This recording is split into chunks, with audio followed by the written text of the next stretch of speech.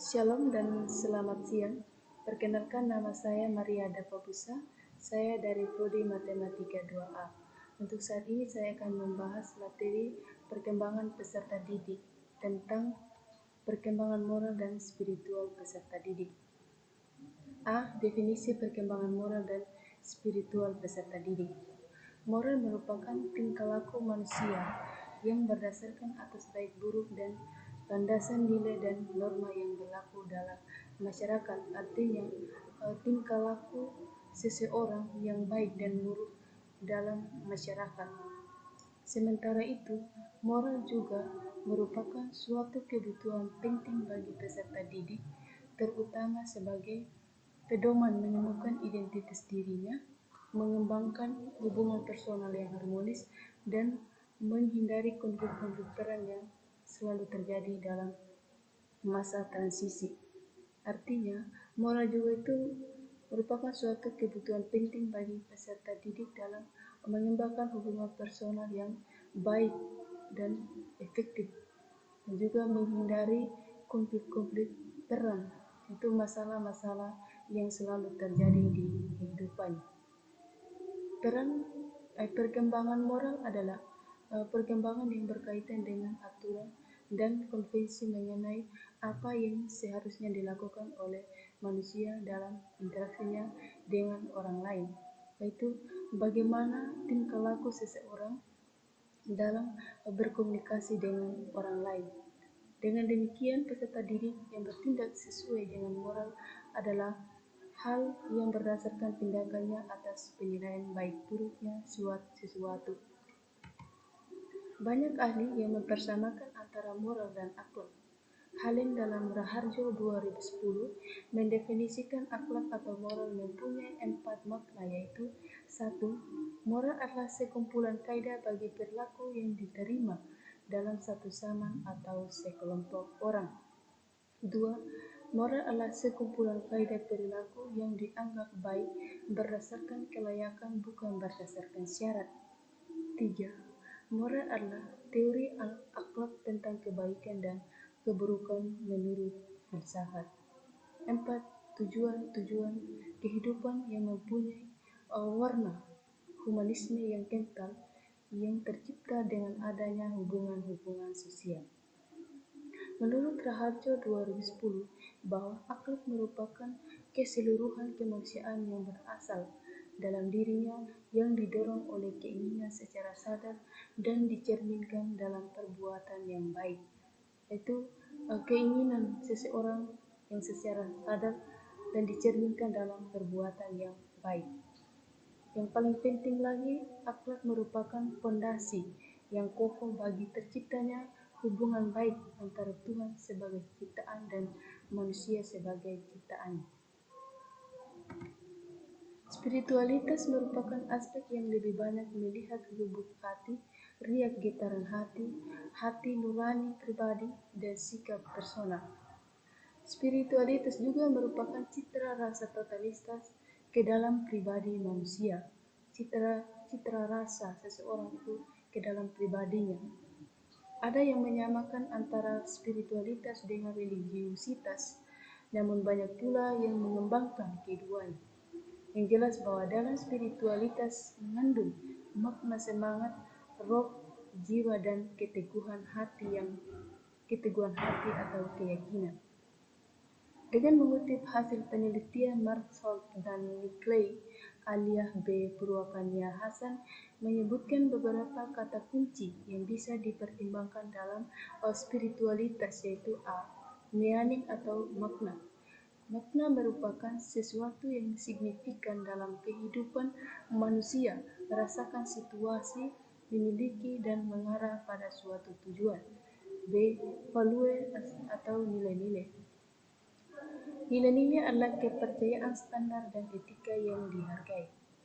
C. Transcendence atau transendensi. Transendensi merupakan pengalaman, kesadaran, dan penghargaan terhadap dimensi transendental bagi kehidupan di atas diri seseorang. D. Connecting atau bersambung. Bersambung adalah meningkatkan kesadaran terhadap hubungan dengan diri seseorang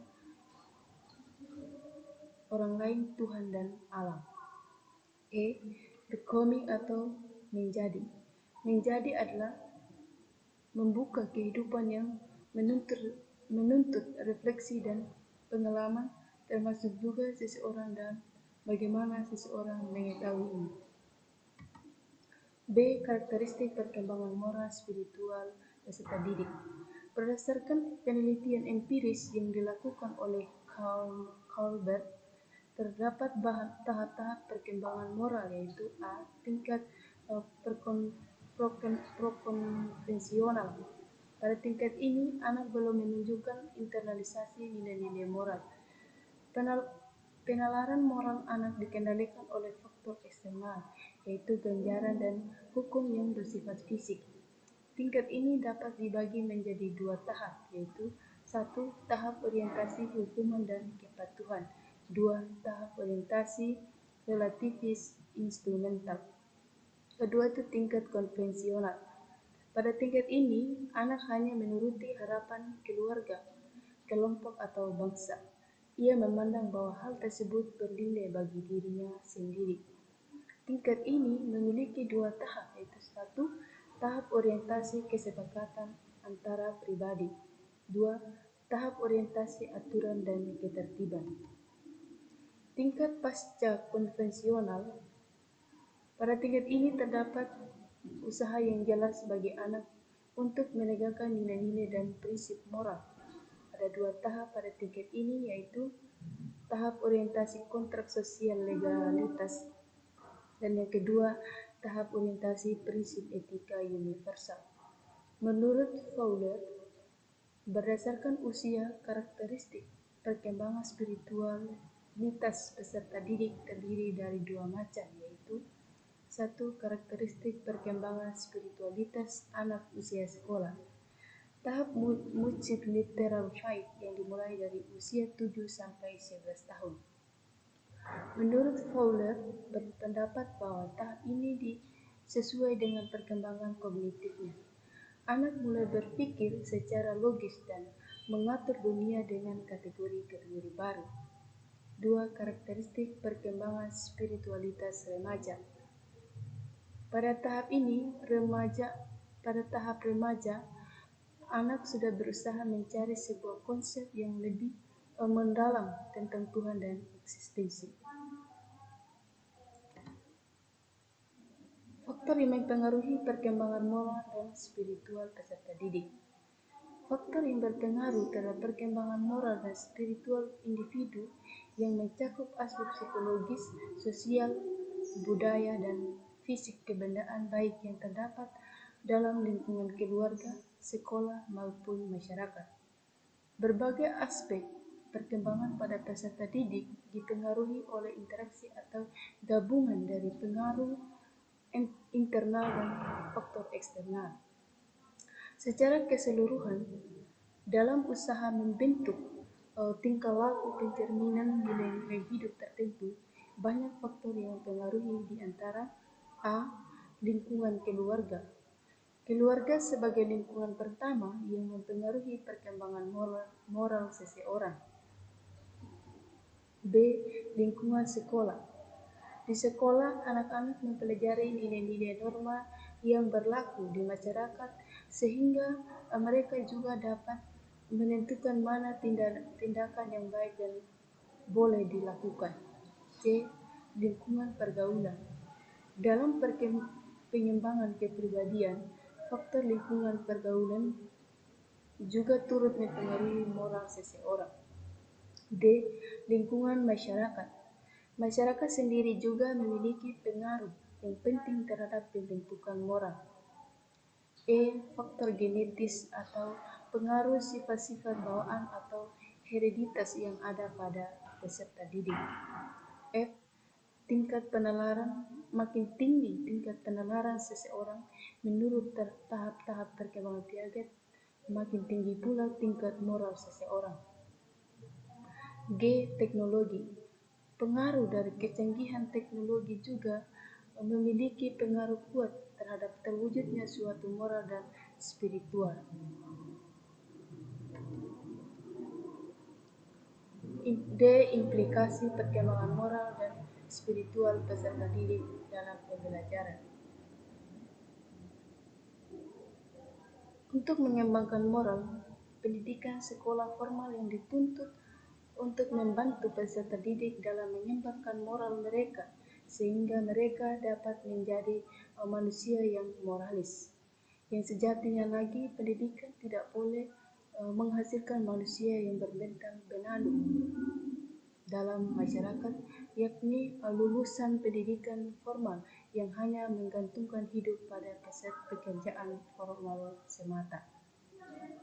Al-Ghazali Arif 2002 menasihati para pendidik agar meneliti sifat berikut: 1. Mempunyai rasa kasih sayang pada anak didik. 2. Tidak mengharapkan balas jasa ataupun ucapan terima kasih. 3. Mencegah anak didik dari akhlak yang tidak baik. 4. Supaya memperhatikan tingkat akan pikiran anak didik dan berbicara sesuai dengan akal pikirannya. 5. Jangan memperlihatkan adanya kontradiksi antara perkataan dan perbuatan. 6. Memberikan nasihat pada anak didik setiap kesempatan. 7. Jangan menimbulkan rasa benci pada anak didik mengenai suatu cabang ilmu. Cara-cara pembelajaran yang diharapkan harus sesuai dengan tahapan perkembangan anak, yakni memiliki karakteristik sebagai berikut. A. Program pembelajaran harus disusun secara fleksibel dan tidak kaku serta memperhatikan perbedaan individual peserta didik. B. Tidak dilakukan secara monoton tetapi disajikan secara variatif melalui banyak aktivitas yang bisa menstimulasi perkembangan moral anak. C. Melibatkan penggunaan berbagai media dan sumber belajar sehingga memungkinkan anak terlibat secara penuh dengan menggunakan berbagai proses perkembangan, misalnya menggunakan multimedia. D. Memberikan pendidikan moral melalui kurikulum tersembunyi, yakni menjadikan sekolah sebagai atmosfer moral secara keseluruhan. E. Memberikan pendidikan moral langsung, yakni pendidikan moral dengan pendekatan pada nilai dan juga sifat selama jangka waktu tertentu. F. Memberikan pendekatan moral melalui pendekatan klarifikasi nilai, yaitu pendekatan moral tidak langsung yang berfokus pada upaya membantu siswa memperoleh kejelasan mengenai tujuan hidup mereka dan apa yang berharga untuk dicari. G. Peserta didik diajarkan bersifat dan berakhlak. H. Penyampaian materi moral sebaiknya dilakukan dengan mengaitkan kasus-kasus yang dialami langsung peserta didik. I. Menyajikan materi moral dengan memaparkan segala bentuk perilaku. Itu adalah tahap-tahap perkembangan anak, yakni memiliki karakteristik pembelajaran. Tidak dilakukan secara monoton. Program pembelajaran ada melibatkan penggunaan berbagai media, memberikan pendidikan moral dan memberikan pendekatan moral. Peserta didik diajarkan bersifat dan berakhlak. Penyampaian materi moral, menyajikan materi moral dengan memaparkan segala bentuk perilaku manusia, itu memaparkan segala perilakunya itu yang baik ataupun yang buruk dalam kehidupannya. Sekian untuk pembahasan hari ini. Jika ada kata-kata yang salah, mohon dimaafkan.